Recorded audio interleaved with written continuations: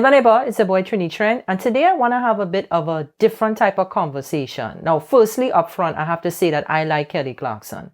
I know this video might get a little, a little stern at certain points, or we might get a little tough on certain issues, but I don't want anybody to think that I'm picking on a particular artist because I like Kelly Clarkson. But recently, Kelly Clarkson did something that had me feeling just a bit uncomfortable. I was paying attention to the the promotional material for her second Christmas album, which came out in late 2021. I think the name of the album is When Christmas Comes Around. And it was around like October, like mid-October, late October, the album came out. And I came across her Twitter account for her talk show. You all know I'm on Twitter now. I'm back on the Twitter and I'm feeling very hip. Anyway, that's at Trini Trent on Twitter. Just in case you want to follow me, I'm just throwing that out there. But I was on the Twitter scrolling and, just trying to pick up and see what he pressed around the album. And I saw a tweet from her talk show account, the Kelly Clarkson show, I think is the name of her talk show. Very innovative.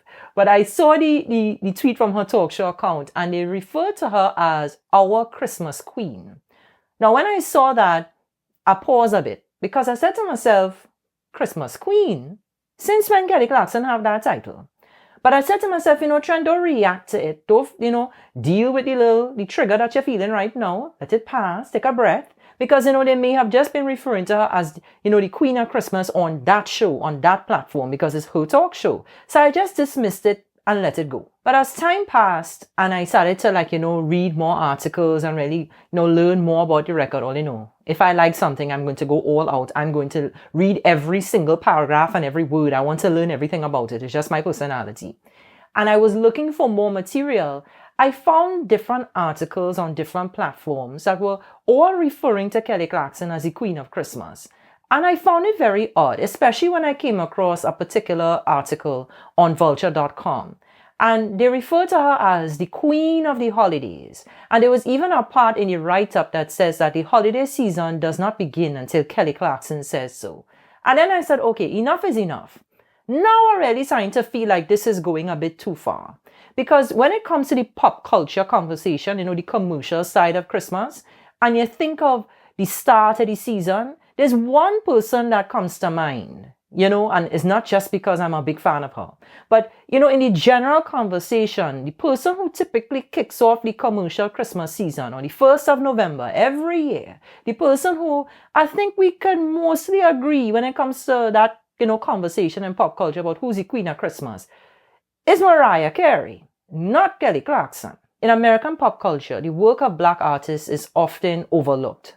Or it could be diminished. It could be flat out ignored, or it could even be erased. It's something that we've seen time and time again where Black artists, they rise to the surface and then after a period of time, they get swept under the rug, almost wiped from existence, or just mentioned as a cliff note somewhere. Despite all the work and all the contributions that they've made to the whole tapestry of popular culture, it's very easy, and this is just how white supremacy works, for Black artists to be basically shrugged away.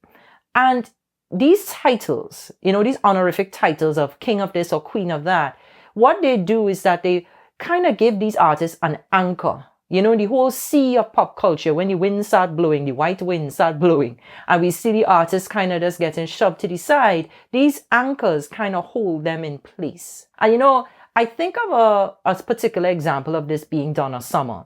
In the 1970s, at the end of the 70s, coming down from about 1975, 76 until the turn of the 80s, disco music was at its peak. This was when disco music was pumping. This was, everybody was getting their whole life from disco. Disco was ruling the charts.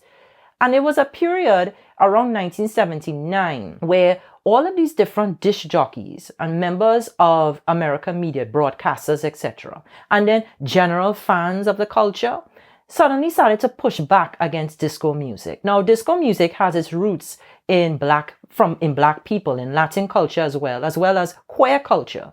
So we saw many Black, Latin, and Black queer people and just Black people in general innovating and creating something fresh, something new, mixing different sounds, mixing different instruments in very bright and colorful ways. It was exciting and new music. It was fun. It was the music of the young people. But those music purists, aka, in my opinion, white supremacists, did not accept this type of culture, because when we look at cisgender, heterosexual white men, they saw this as a challenge to the sound and at least to the structure that they had built in patriarchy. So they were suddenly trying to move against disco music. So they declared that disco was dead. And we actually saw disco in many ways being dismantled on the pop charts. Now, disco never really died. Disco just took new forms as the 80s rolled around. We heard the work of Prince, of Rick James, of Michael Jackson. And of course, even today, you could listen to, well, even though people might call her problematic, Doja Cat, you could listen to Bruno Mars. You could hear all of the different artists blending in disco music into the material that they make. It just never really died. We heard disco in house. We heard disco across the EDM spectrum. Disco lived. However, in many ways, seeing disco as a title, something being called disco, that is what really faded from the forefront of popular culture. Now it was being called dance. It was given something else. We just call it EDM instead of calling it disco. But Donna Summer, during her peak, during her commercial peak, I would say, she was the face of the disco movement. Donna Summer was the most prominent artist at that time. And what we saw was, as disco died, as the white supremacists would love people to believe, as disco died, we saw that Donna Summer could have easily gone with it, because there are so many artists, so many black artists at that point in time who never really got to transition out of the disco era. They went with it. As disco kind of faded away, they went along with it.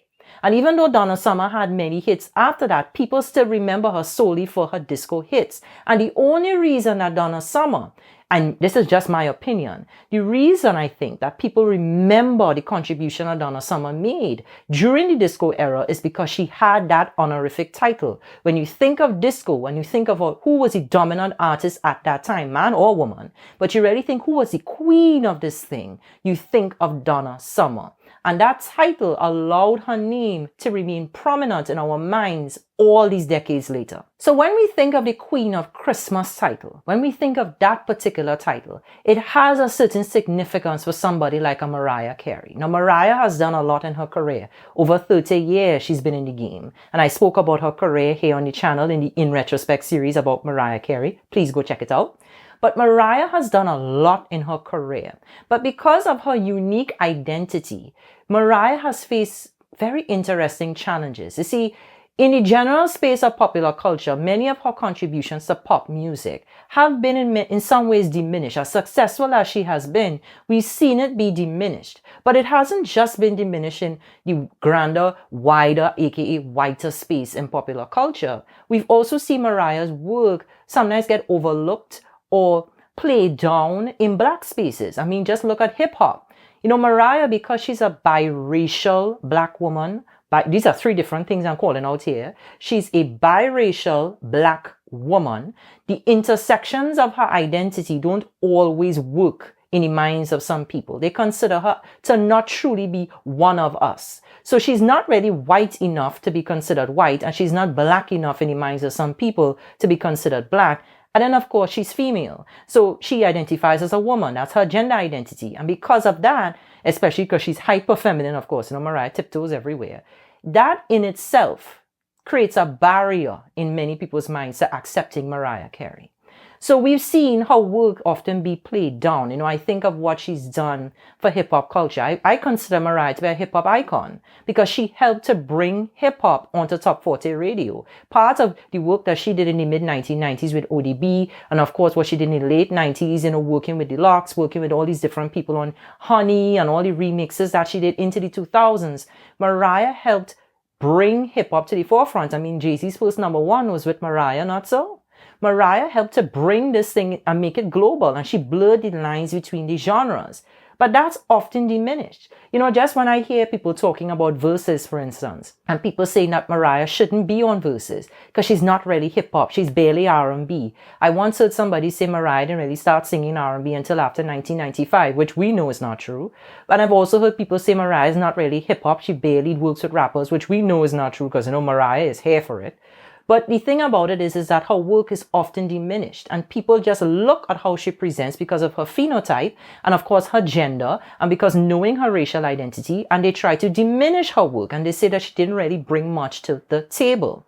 But that Queen of Christmas title, something that she's worked so hard for over the last, 27 years at this point here now. A long time, even though she wouldn't want it to think of the years. She has put in the work to really secure that title. It's something that you can't really take from her very easily. But now I'm seeing these winds of change happening and seeing somebody else like Kelly Clarkson, a white woman, being heralded as the Queen of Christmas. I kind of look at this as another example of something that we need to address. So how did Mariah Carey get the title of Queen of Christmas? Rain falling. I doubt you could hear it, but I hear it. How did Mariah get the title of Queen of Christmas? Now, Mariah first released her original Christmas album, Merry Christmas, very innovative Mariah, in 1994. And when she put that album out, she was actually very resistant about doing it. I know she spoke about this in her book, The Meaning of Mariah Carey, and she talks about it all the time in interviews. She didn't really want to put the album out because back then, at that point in time, it was not hip for artists to put Christmas music out. Like, everybody's doing Christmas songs now. Apple Music actually had a whole special on Christmas music where they had all these young artists putting out Christmas songs. But back then, it wasn't something that artists did when they were still thriving and relevant in pop culture and doing big things commercially on the charts. That was something an artist would do when they got into their 40s or their 50s and they were kind of in the golden years of their career. And now they could relax and just make songs and, just have a little fun. But Mariah was like, I don't really want to do this right now because I'm young, I'm hip, I'm fresh. But Tommy Mottola, who was her husband and also the head of Columbia Music and a big man at Sony, he was saying, well, the man at Sony, he was basically saying, listen, I'm telling you, this is going to be great for your career. So she buckled down and she said, okay, I'll do it. And luckily for her, she loved Christmas. Mariah really loved Christmas music. So she just brought all of her admiration for the work of Darlene Love and Phil Spector and the Ronettes and Stevie Wonder and all of these different artists who she admired, the Clark sisters. And she brought all of that together to make her very renowned Christmas album. But Mariah also did something that many artists weren't doing. Something very uncommon.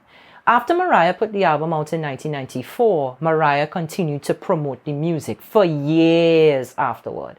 You see, it was very rare back then for an artist to put out a Christmas album and continue to promote it year after year after year. Normally, they would put out the album, they might make a couple of late-night talk show appearances, they might perform a song from it, and then it just becomes something in their catalog that you stumble across from time to time. Or you might hear a song playing in a store somewhere, but you didn't really see the artists themselves pushing it.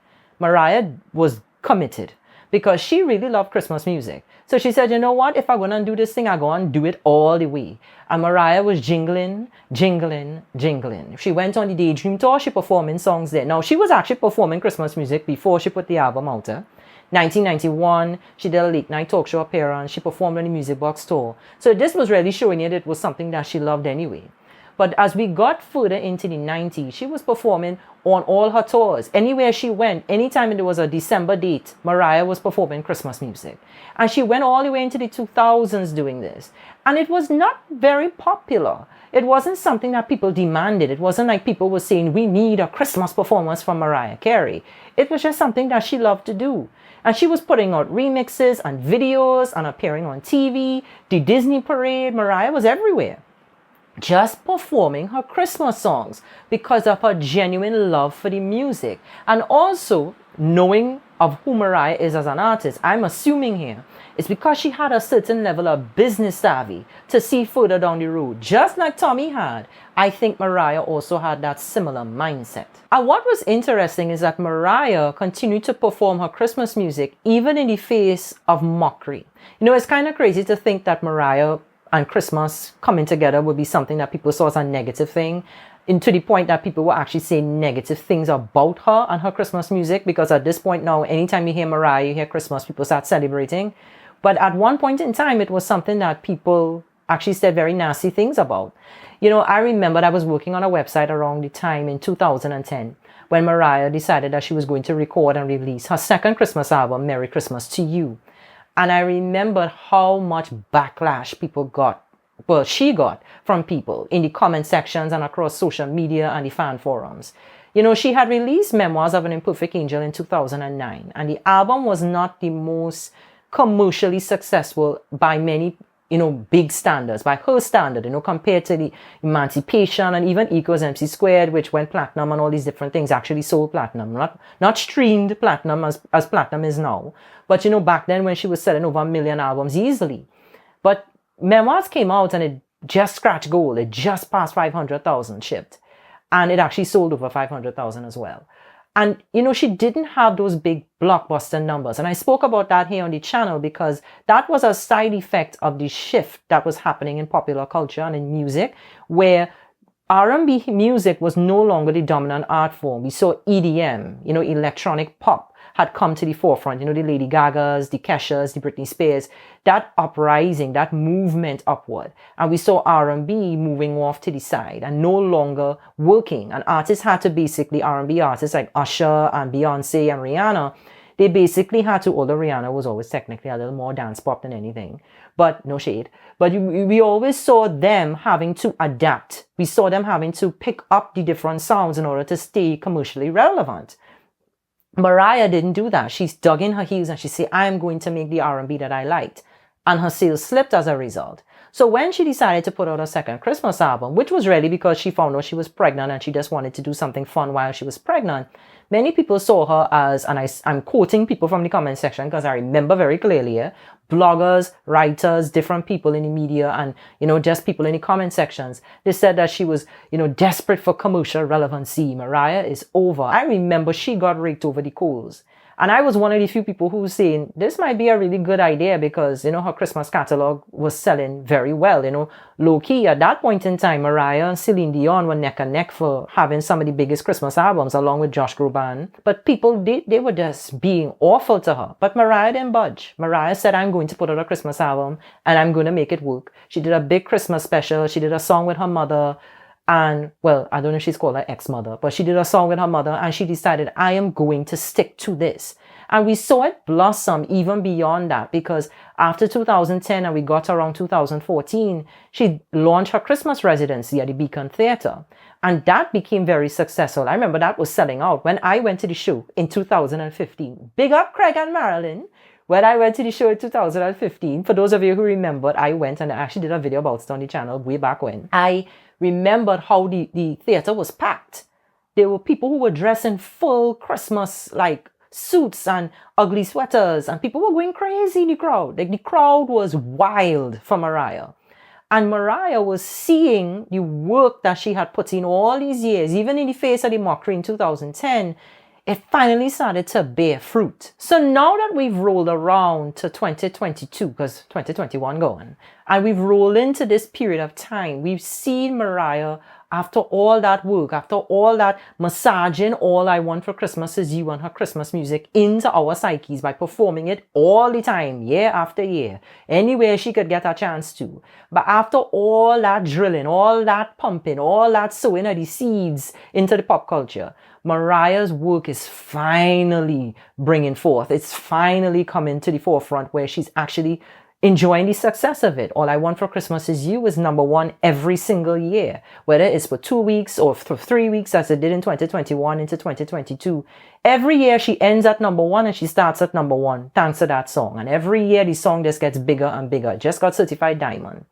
And we see Mariah basically, as I saw somebody say this on Twitter, I can't take credit for it, but somebody said that Mariah has found the cheat code for success. Mariah has laid the foundation for her long-term success, where no matter what happens in the other parts of her career, all her other music could flop.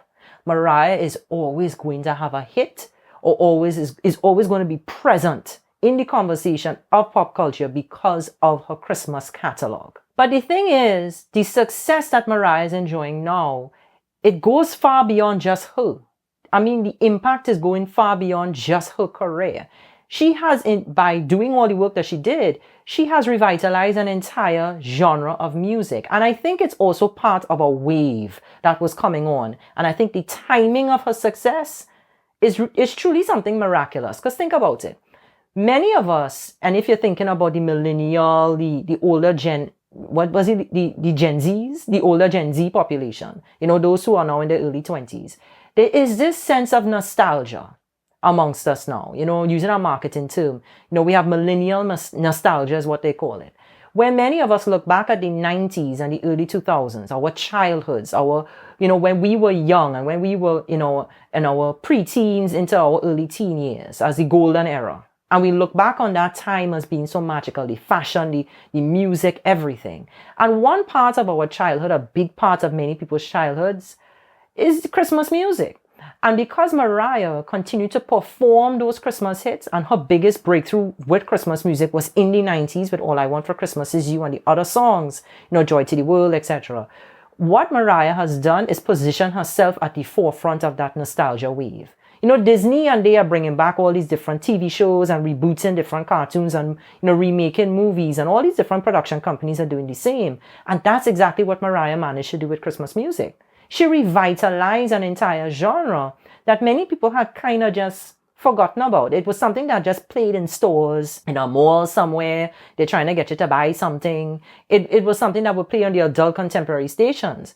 But now, because of the success that Mariah has enjoyed and because of the work that she did and because of the millennial nostalgia, we've seen Christmas music playing on top 40 radio, on pop radio, even channels that would normally only be playing hip-hop and stuff. You hear in Mariah's All I Want for Christmas and other Christmas songs getting the chance to play. And another positive side effect of this is that Mariah has also opened the door and created a space for legacy artists to have a second wind. Mariah herself is a legacy artist. I mean, she's been in the game now for 30 plus years, and most of her non-holiday music that she releases, it doesn't really hit as hard as it used to, because many people look at her now as an older artist and an older act. She's very youthful. She still looks youthful. She still acts youthful. Her voice still has a youthful sound to it. Her tone, that sugary soprano.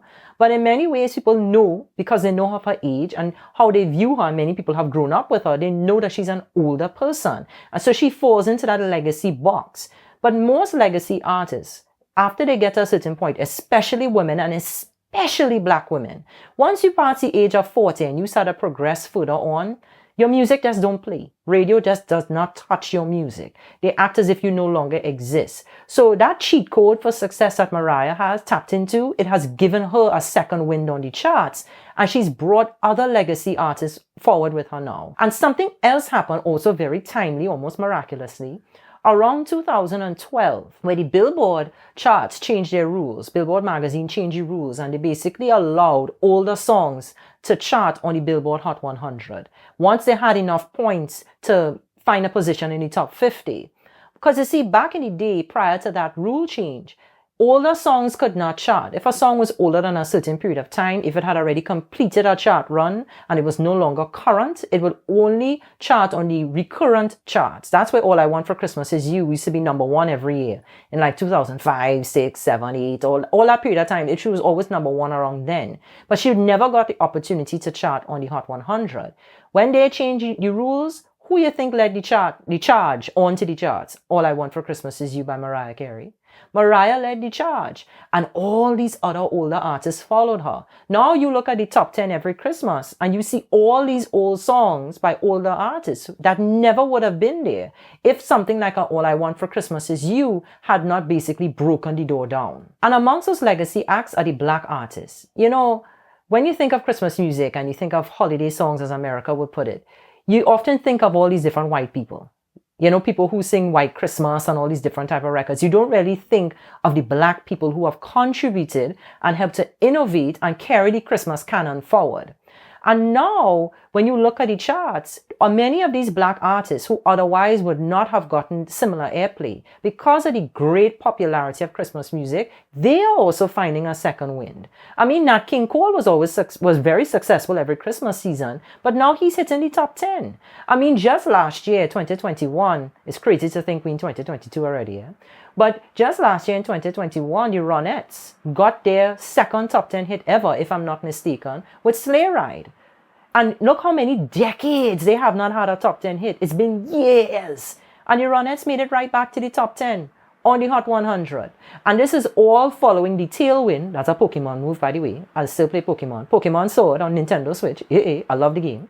But Mariah has opened the door, and her Tailwind has brought all of these artists with her. Yes, I'm giving her the credit. So I've said all of that so that we could better understand my issue the feeling, the discomfort that I feel when I hear people refer to Kelly Clarkson as the Queen of Christmas. Because what I see this as is gentrification.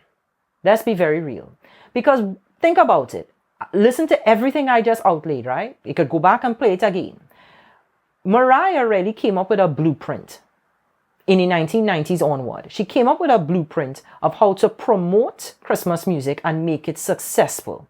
She built the house, she built the infrastructure on top of that blueprint by doing the work for over 25 years. You know, the remixes, the different ways of promoting different Christmas albums, the television specials, all of the different things that she made. She made the promotion of Christmas music grand. It was larger than life. The way that she kicks off the Christmas season on November 1st, the way that she basically has a whole red section of her closet. She has a formula, a winning formula for Christmas. She applied it, she finessed it, she came up with ways of doing residencies and tours, and she did an international Christmas tour.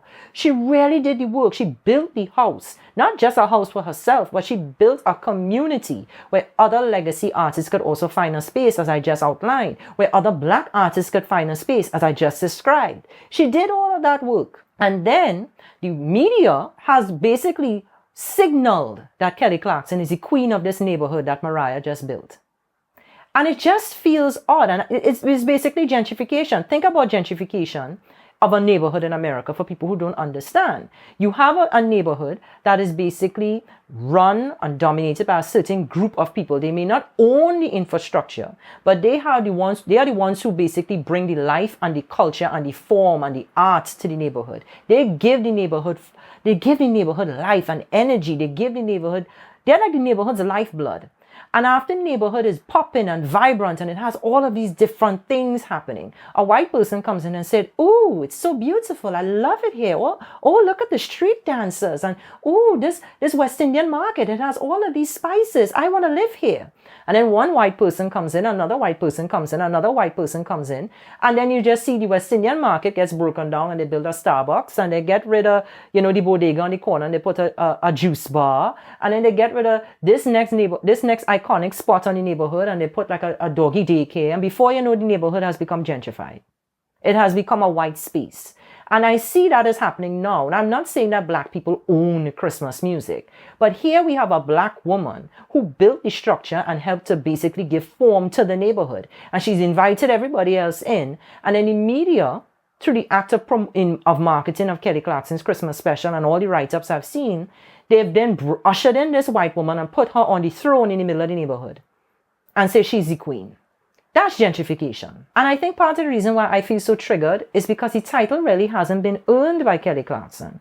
If Mariah was no longer active, let's say she had retired and she's living off the coast of Capri on her yacht and, with she 10,000 dogs and the children doing cartwheels and backflips on TikTok and, she just relaxing and forget all about music. And Kelly Clarkson now, after a few years, let's say about 10, 20 years, had really released a bunch of hits and she's somehow gotten a song bigger than All I Want for Christmas Is You. And she built a catalog of Christmas songs and she really put in the time. Then I could understand that being a conversation. But Kelly has not done the work. Kelly hasn't done the work and she hasn't gotten to that level. Let's be very frank here. Let's be very honest. What's the 411 hun, as Mary J. Blige would say? Kelly doesn't have the numbers. She doesn't have the streams that Mariah has. She doesn't have the sales that Mariah has. She doesn't have the digital downloads that Mariah has. She doesn't have the chart placements that Mariah has. She doesn't have the receipts, as Whitney Houston would say. Show me the receipts. She does not have the impact. She does not have the cultural impact. When people think of Christmas in a commercial sense, if you're not thinking about the Lord, if you're thinking about Christmas in a commercial sense, the average person does not think of Kelly Clarkson. They do not. They think of Mariah Carey. They think of Nat King Cole. They think of even Darlene Love. They might think of all these other artists. Kelly Clarkson's name is somewhere very low on the list, at least in my house. I even think of Luther Vandross before I think of Kelly Clarkson. Kelly Clarkson does not have that weight in the game to be in that conversation. Mariah has positioned herself as an icon. Icon. Icon with a period at the end of it. Kelly Clarkson, as great as she is, as talented as she is, she doesn't have that weight. And I think out of just having sheer respect for the work that has been done, I mean, the legacy that Mariah has built now through this whole Christmas genre. The fact that Mariah has been working at this even before American Idol was even on television. Before it was even a thought, Mariah was recording Christmas music and promoting Christmas music way back in the 90s when Kelly Clarkson was a child. The fact that that lady has been promoting it since then and has taken it over decades to now and finally has gotten to number one and is enjoying her success. We have to really respect and acknowledge that. And I cannot see in anybody's right mind, unless they have a very clear motive, how anybody could label Kelly Clarkson as the queen of Christmas when we have an actual person who has worked for it standing right in front of us. It's just flat out disrespectful. Let's call the thing a thing, as Iyanla would say. And the real thing here, beyond Kelly Clarkson, who I love, I have to say that again, because I know people probably say, oh, go, I'm trying bad talking the girl. No, I like Kelly Clarkson. I'm just being real. I'm being honest. I'm speaking my mind. I'm sharing my feelings. The bigger issue beyond Kelly is the long-term implications of this thing. I am looking at this and I am wondering if what we're seeing here is the beginning of the snowball effect. You see, when gentrification of rock and roll happened, and we saw Elvis Presley basically come into the neighborhood, and he basically appropriated so much of African American culture and positioned himself and was being called and heralded by white people as the king of rock and roll, when all he did was learn to dance like those black artists, sing like those black artists, dress like those black artists. It started off like a snowball, and it grew and it grew and it grew to the point now that Elvis's name is irreversibly connected to rock and roll. To the point now that rock and roll as a genre, rock music, is white. Dominated on the charts, on the Grammys, anywhere you go, white people dominate the art form. And all the different derivatives of rock and roll mostly are dominated by white people. This is how it starts. And I'm thinking of the long-term implications in the sense that, and I said this on Twitter, I don't want to open or go look at Rolling Stone magazine or rollingstone.com. I'd already look at Rolling Stone, but let's just see, random, magazine. I pick up Rolling Stone magazine in 5, maybe 10 years, and I see them talking about the revival of Christmas music, and you see Kelly Clarkson's face on the cover, and Michael Bublé. And there's Mariah down in paragraph 9. Barely mentioned, and the only reason she gets in a mention is because of All I Want for Christmas Is You. And we don't really show the significance of the work that she's done. And the interesting thing is that it has gone beyond just online conversation or the media. This is something that's happening in real life, where we can actually see this trend toward dethroning Mariah. And I find it's interesting because I've seen people say that, Mariah has been number one all this time and All I Want for Christmas Is You. Let's give Rockin' Around the Christmas Tree. I think that's done by Brenda Lee. Let's give Brenda a chance to be number one. And I sat back and I said to myself, that's interesting. And I had a conversation with a very good friend of mine, Big Up Hershey, and we came to the conclusion of something very interesting where we said, Mariah, a black woman, is number one. And we are supposed to give somebody else a chance to be number one. Because, this black woman has had enough time at number one. It's time to let somebody else get a chance. But when white artists are number one, we don't see the same energy being shared. A good example of that is Adele. Adele is number one from now till kingdom come. She's always number one. But we don't see people saying, Adele has been number one enough. Let's give somebody else a chance. It's interesting that this qualifier is only put on a black person. There's a limit being put on a black person. And it even goes beyond just conversation. I see it even happening in real life. And Mariah retweeted this and made fun of it, where we see a bar put up a sign and they say they will not be playing All I Want for Christmas Is You. Now, if it's just somebody saying they're just sick of the song, it plays forever and ever, like people in retail stores, they really and truly, some people say that they have like trauma because of this song because it always plays. I could kind of understand. But I also have a question though about the motive behind it. Like why that particular song by this particular artist? Do they also have a qualifier on other Christmas songs that get heavy airplay? White Christmas plays constantly. Do they have a similar limit being put on White Christmas? Because I hear that song everywhere. I live in Trinidad and I have people singing the dreaming about a White Christmas. In Trinidad, in the Caribbean, near the damn equator. But you're hearing people still pumping that song. Do they have a limit on that? Why is it that the song by a black woman is being put on a limit, put on a timer? These are things to think about as we think about the erasure of black people on the charts and in popular culture. So I just laid out a very lengthy discussion, and I would like to know from you. Please leave a comment and let me know. Do you also see the issue here? Or am I just imagining things? Because I know I'm a big Mariah fan, so maybe I'm just off on a tangent. But let me know in the comment section if you also see the issue. Or on the other hand, it could also be healthy competition in some strange way. Because I'm trying to put a positive spin on this. Because Mariah could look at this, if I was in Mariah's shoes, this is competition. Because here's somebody else being heralded as the queen, the new queen. And people are lifting her up. So this is something to keep Mariah being innovative and fresh and creative. If she's going to really corner this market, she has to put in the work. Maybe that's a positive we could look at. Because I know when I looked at her Christmas special, the second Christmas special that she had on Apple Music back in, what it was, November, early December of 2021. When I saw that, the first thing that came across my mind was, this it? This could have been on YouTube. This could have been an email. That was my initial response. I said, this could have been an email. Because I didn't feel like it gave me the same amount of, I don't know, it didn't give me the same impact, the same amount of work that she did with the previous Christmas special in 2020. So maybe this is something to remind her that, listen, you can't get comfortable. You can't just sit down and relax and think that you're always going to be number one. There's somebody who's always going to come after your spot.